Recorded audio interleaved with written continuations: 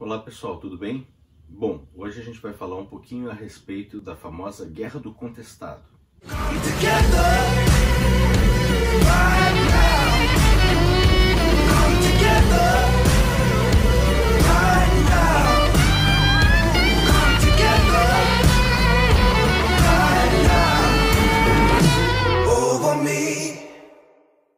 Quando a gente está tratando das revoltas ocorridas no período da República Velha, é bastante importante a gente entender todo o contexto que permeava, né, esse período aí no Brasil.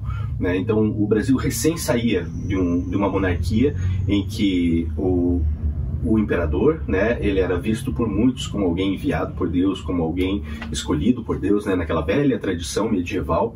Né? Então havia podemos dizer assim, todo um carinho pela figura do imperador, né? Até porque a população mais pobre, mais humilde, não tinha exatamente a dimensão do que envolvia, né, todas essas questões do poder. O fato é que a monarquia, o império, apesar de já desde meados dos anos 60, 70, do século XIX, já mostrar sinais de fraqueza, já mostrar sinais de enfraquecimento mesmo, né? A proclamação da República foi algo assim bastante abrupto, né? Há alguns cronistas da época que falam que o povo assistiu, né, a proclamação da República, assistiram boquiabertos, né? Eles apenas acompanharam de longe os acontecimentos. Né? Não podemos dizer que houve uma participação popular, né, na proclamação da República. Né? Foi um ato que aconteceu no âmbito militar, né? Foi um golpe militar, não deixa de ser, né, onde havia concordância, né, de uma série de setores importantes aí da nossa sociedade, em especial os grandes fazendeiros, os grandes, principalmente, cafeicultores do Brasil, que é quem de fato, né, acabava participando de uma maneira mais próxima ao poder, né, articulados com os militares, especialmente do exército, né, que estavam insatisfeitos com o tratamento que era dado a eles pela monarquia. Né, então se conseguiu aí uma articulação entre os interesses dessa oligarquia, né, com os interesses de certas patentes militares, de certos grupos militares, né, e enfim acabou se proclamando a República em 1889. Né, numa ação bastante abrupta, né, o Brasil acordou uma república, né, do dia para a noite. Foi um golpe dado na calada da noite, né, e no dia seguinte éramos uma república. O que isso tem a ver com os movimentos, com as revoltas que vão acontecer nesse período?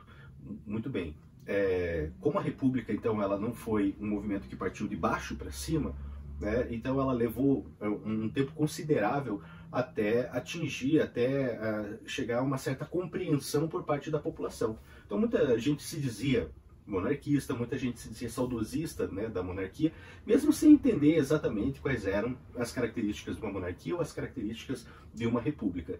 Tá? Principalmente, precisa ficar destacado que a população mais pobre, mais humilde, né, eles tinham todo um carinho, um afeto na figura do imperador, certo? Vamos para a questão então agora do contestado mais especificamente.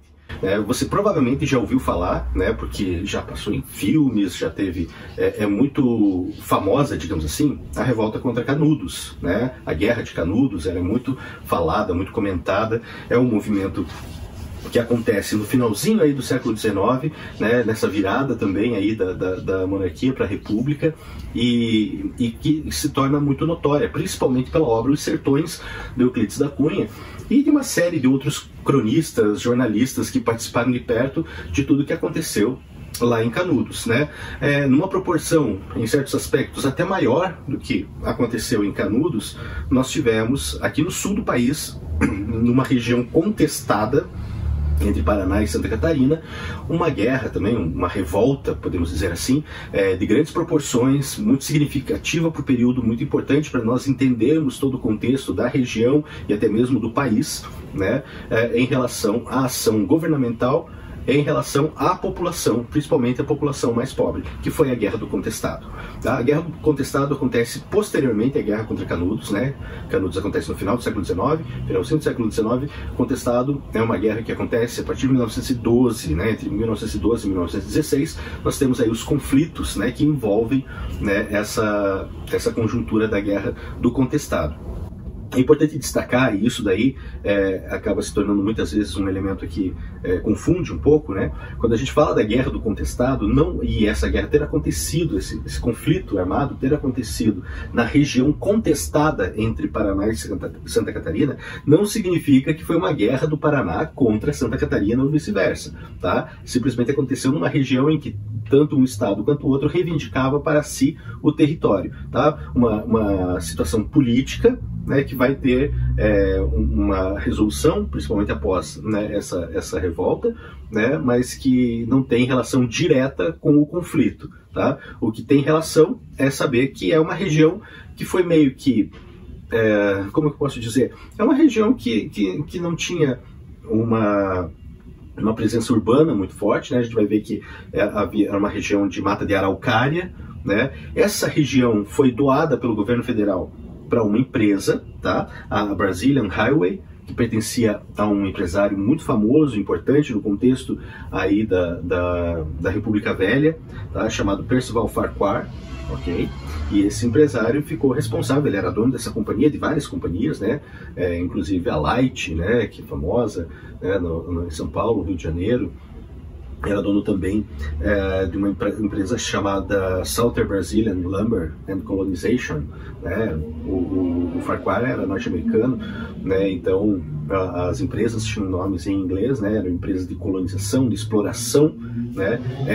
Eram empresas bem naqueles moldes imperialistas, né? Chegava num território, né, de país subdesenvolvido e explorava ao máximo, né, da matéria-prima, explorava ao máximo a mão de obra barata e abundante que aquele local detinha, né? Então tem lugar também esse contexto, né, do imperialismo dos países industrializados presente aqui no Brasil, presente aqui na região sul. E essa região, então, essa região contestada foi doada, né, foi cedida para que essa empresa construísse uma estrada de ferro. A intenção era criar uma estrada de ferro que ligasse o Rio Grande do Sul ao Rio de Janeiro, tá? Para isso foram contratados várias pessoas de várias partes do Brasil, né, que foram para a região para começar a trabalhar aí nessa empreitada. O fato é que essa construção ela foi interrompida, tá? Nós tivemos ali uma série de pessoas, né, que acabaram do dia para a noite perdendo seus empregos, né? Estavam longe, bem longe das suas casas, né? E de repente estavam ali desempregadas, isso sem contar os vários camponeses, né, sua maioria caboclos, né, da região, que viviam naquele lugar já há muitos anos, né, eram essas terras que foram doadas, né, porque o negócio foi assim, se combinou em que fosse construída a estrada de ferro, né, e 15 quilômetros de um lado e de outro seria cedido aí para essa empresa, né, também como forma de pagamento. Só que esses territórios, né, apesar de serem chamados de terras devolutas, né, esses territórios eles eram habitados, né? Você tinha ali camponeses, pessoas que viviam ali da extração da madeira, a extração dos recursos naturais que aquela região tinha, né? Mas enfim, acabou sendo doado. Então você já tinha uma população extremamente empobrecida ali, né? Somou-se a essa população esses trabalhadores dessa ferrovia, né, que agora estavam desempregados, né, e assim, em meio à pobreza, em meio a uma série de dificuldades, em meio a um descaso do governo, né, para as questões sociais. A gente sabe que a República Velha é caracterizada por isso, né, um desprezo total pelas questões sociais, pelos pobres, né? Então é um terreno fértil, né, para ideias religiosas. As pessoas se apegam a quê?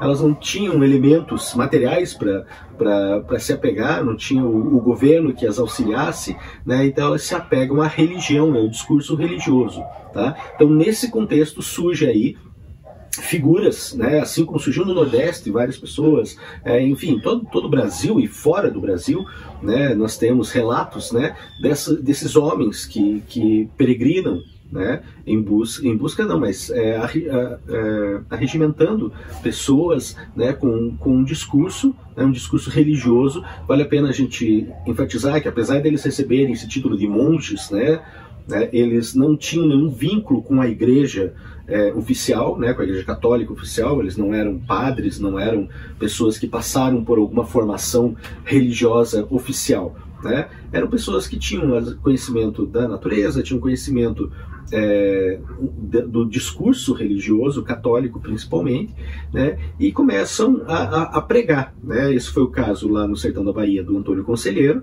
né, no contexto de Canudos. Aqui na região sul, nós tivemos várias figuras como essa. Tá? Dentre essas pessoas, o chamado monge João Maria. Provavelmente um imigrante italiano, tá, do que se tem de relato a respeito dele, né, que passava pelas cidades, nos lugarejos mais pobres, pregando, né, a religião, né, católica ao seu modo, né, na sua forma de ver o mundo, né, ajudando essas pessoas, dando conselho, ensinando a medicina natural, a medicina de ervas ali, principalmente para uma população que não tinha acesso à medicina, né?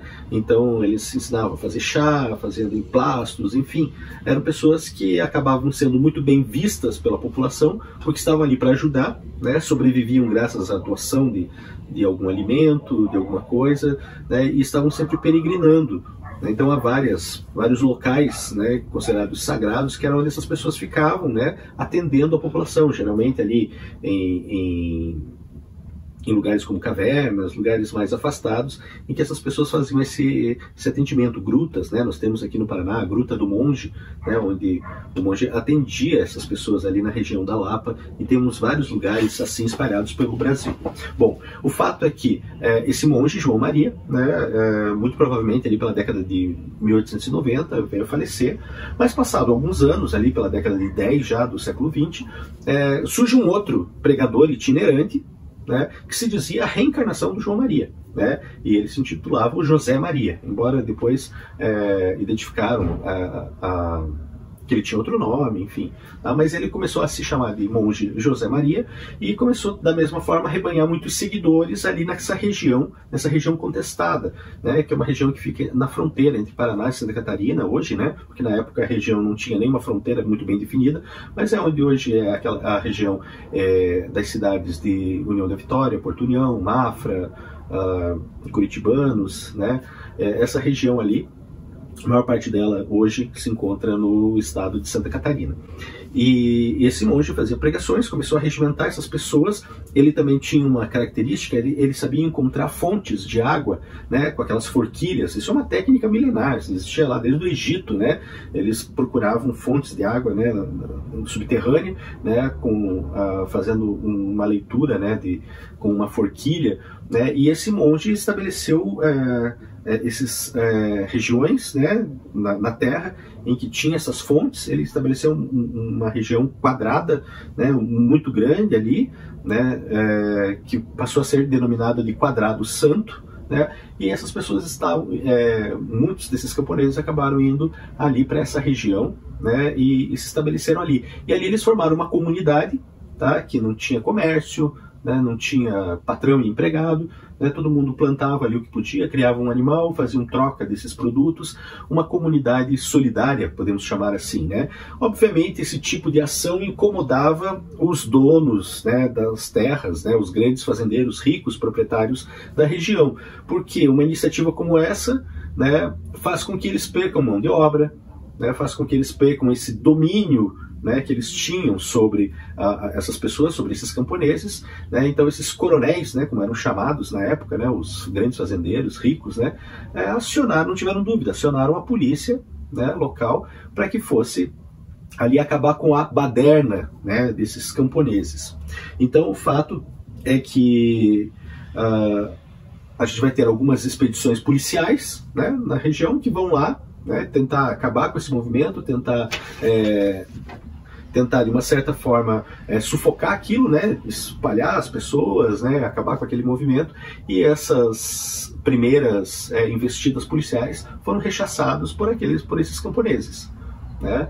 Eles conseguiram, imagine, era uma quantidade assim eles chegaram a regimentar, para vocês terem uma ideia, cerca de 20 mil homens, né, ali na região de camponeses, né? Também se misturam jagunços, também se misturam ali aquelas pessoas que foram demitidas, né, da companhia que iria construir a ferrovia, também tinham aqueles jagunços que haviam lutado na Revolução Federalista, né, no final do século XIX, que também estavam por ali perambulando, enfim, há um cálculo de aproximadamente 20 mil pessoas que faziam parte ali dessa comunidade, né, cristã, comunidade evangélica, né, como eles chamavam na época, não tem o mesmo contexto de evangélico para nós hoje, tá, mas é como era chamado, uma comunidade evangélica, porque estava baseado nos ensinamentos do evangelho, né, desses monges, especificamente do monge José Maria.